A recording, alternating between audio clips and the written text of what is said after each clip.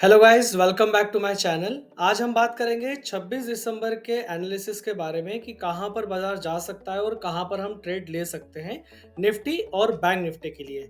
तो स्टार्ट करते हैं निफ्टी से। अगर हम बात करें, मार्केट ने एक अच्छा मोमेंटम दिया था 20 तारीख को, जो कि एक डाउनफॉल दिया।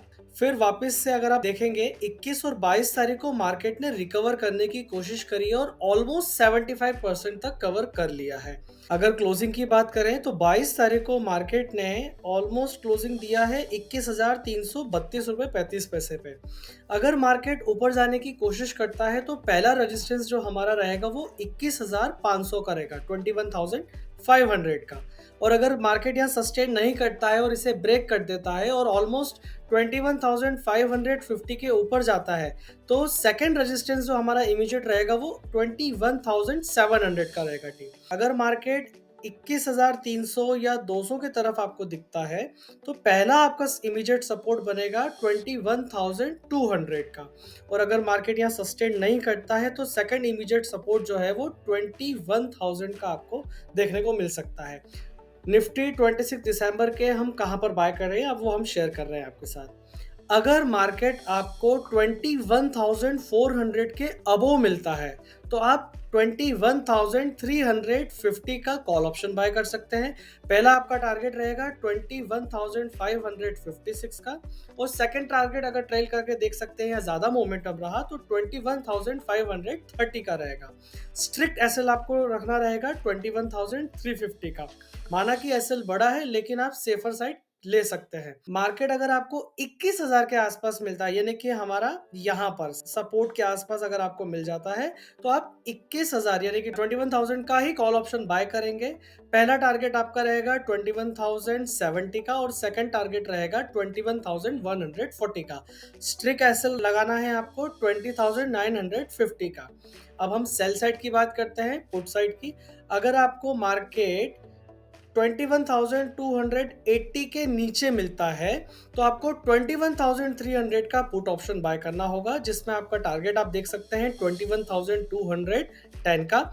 सेकंड टारगेट आपको दिख सकता है अगर मार्केट और ज्यादा फॉल करता है तो 21,160 का। स्टिक एसएल रहेगा 21,330 का। 21,600 के आसपास आपको अगर मार्केट दिखता है यहाँ पर तो आप 21,650 का पुट ऑप्शन बाय करेंगे। पहला टारगेट आपको देखने को मिल सकता है 21,530 का। दूसरा टारगेट देखने को मिल सकता है 21,480 का। स्ट्रिक एसएल लगाना है 21,650 का। ये हमारा एनालिसिस था निफ्टी के रिगार्डिंग। सो गाइस, अब आप बात करते हैं बैंक निफ्टी के एनालिसिस के बारे में। आपने देखा मार्केट जो है वो ऑलमोस्ट बंद हुआ है 47,458.75 पे। अगर मार्केट आपको अगर गैप अप मिलता है या गैप डाउन मिलता है और आपको अगर मार्केट बीच में कहीं मिलता है तो आप ट्रेड कहाँ प्लान कर सकते हैं और कहाँ सपोर्ट रजिस्टेंस हो सकते हैं, अब हम उसके बारे में बात करेंगे।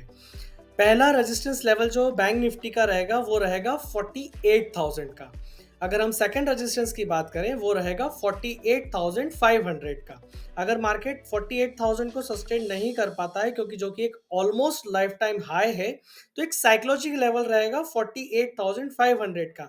ये इसके पीछे कोई लॉजिक नहीं है, केवल एक साइकोलॉजी नंबर है, बिकॉज बैंक निफ्टी जो है वो ऑलमोस्ट 400 टू 500 मूव करता है। उसके आधार पे हमने ये एक एनालिसिस, एक साइकोलॉजी लेवल निकाला है। पीछे बैकग्राउंड में कोई भी इसका प्रीवियस रेजिस्टेंस नहीं है, जस्ट बिकॉज ऑफ 48,000 के ऊपर जो है ये एक लाइफ टाइम हाई बनेगा।